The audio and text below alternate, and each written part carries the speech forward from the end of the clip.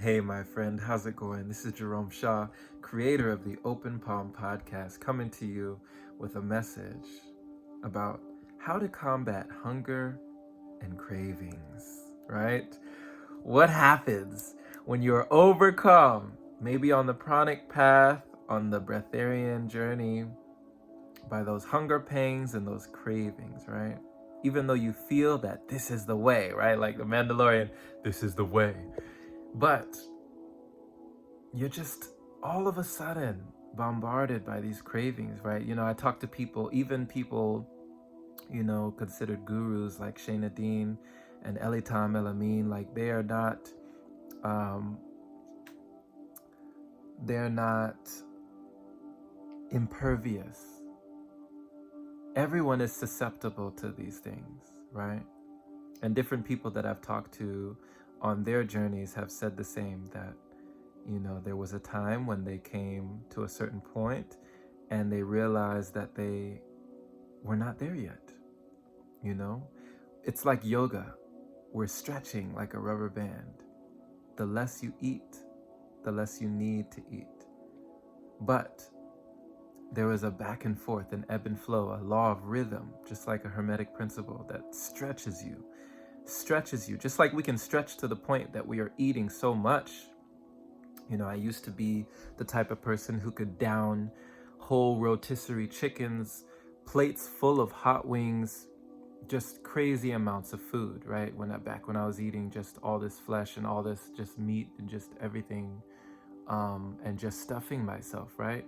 I thought that I had a bottomless pit, which I was wrong, but I had become used to that type of stimulation, and that limit, my tolerance for what I was putting in my body and what my body was, having to overcome by my own negligence, was being stretched.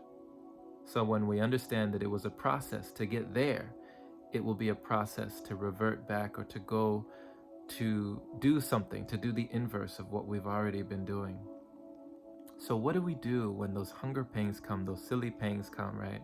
Well, I'll talk about my own experience. I'll talk about, when I started my breatharian path, really started in earnest.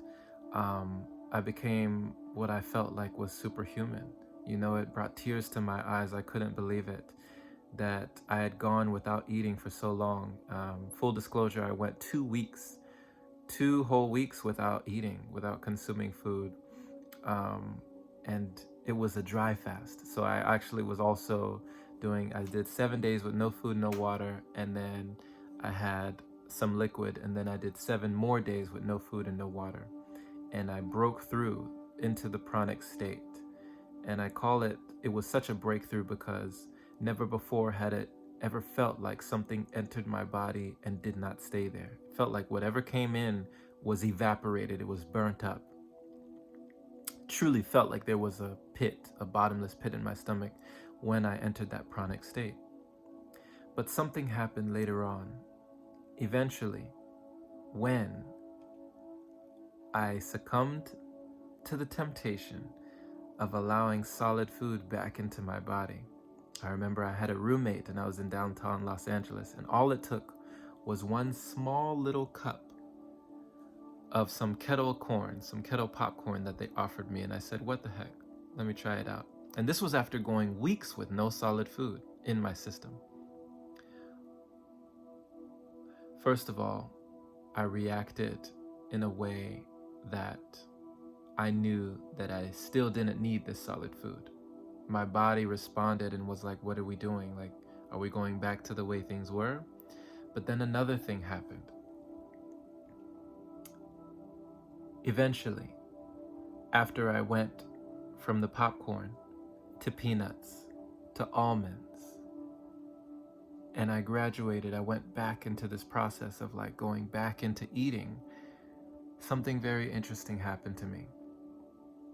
I started getting crazy hunger pangs and cravings, things that came out of left field, things that I was not prepared for. And I'm telling you this, I was not prepared for it. Weird cravings. I started doing things that I had never done before in my life.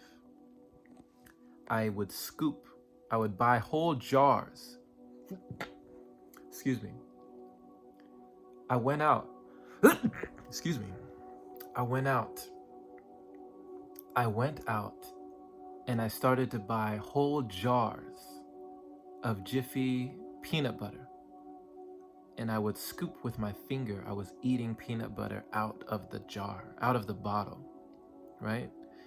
Scooping with my finger, eating peanut butter and clearing whole peanut butter jars. These are jars that are meant to last days, right? For people who are making like peanut butter and jelly sandwiches, I was clearing them in whole days, right? Jars that are meant to last weeks, I was clearing in one day. I was going out, I was buying food, I was throwing up, I was making myself throw up, and then I was buying more food and I felt horrible, and I was going through this cycle, this process of guilt and shame and eating, and guilt and shame and eating and throwing up, and guilt and shame and eating and throwing up. And it was like, why can't I get rid of this feeling? So if you have gone through that, or if you've ever been through that, I feel you, because I went through that, and it wasn't easy. It was not easy, but I made it. And it didn't come through not being disciplined. It came through a lot of sacrifice, a lot of letting go, more letting go. And it actually also came through a friend, at the time was my friend, who became an accountability partner for me. And we're now on this journey together.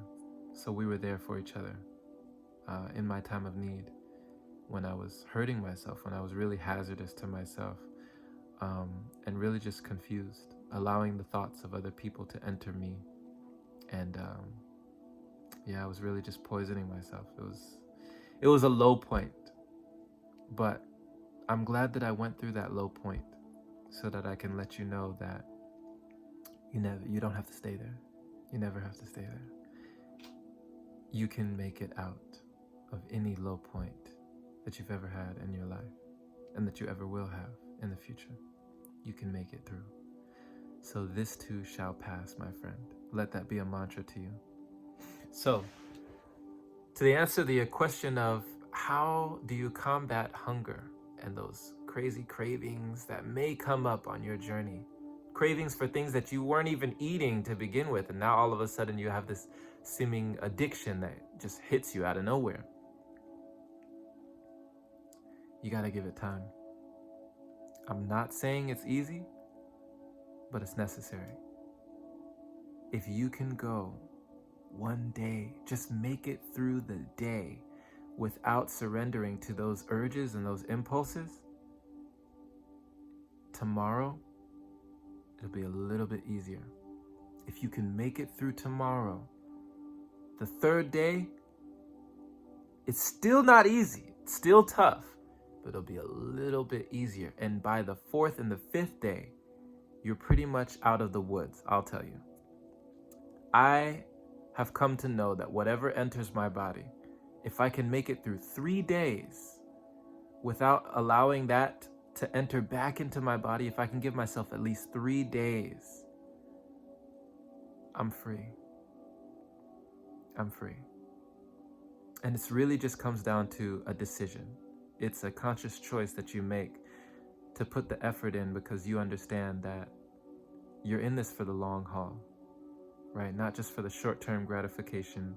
You are looking for that lifelong fulfillment that can come when you are on this journey. So you got to give it time. Maybe that's not the answer you were looking for, but that's what helped me. Knowing that you can, have an accountability partner, somebody who can keep you honest, keep you accountable, but you got to be accountable to yourself at the end of the day. You can only really count on yourself. But if you can't count on yourself, that's a tough state to be in. So count on yourself to be responsible and break free of whatever is holding you back. Don't allow anything to pull you back. Use everything to propel you forward, and you can make it. You can make it, my friend. So thank you for listening. This has been Jerome Shaw, creator of the Open Palm Podcast. Check out the Open Palm Podcast for more inspiration. And I'm now offering breatharian coaching and breatharian mentorship for anyone who wants to have some advice or an encouraging word about this journey. Allow me to be your mentor, and I'll do that for you. Book a session with me today. Click the link down in the description and you can do that. Stay blessed. Have a wonderful day or night, wherever you are, my friend.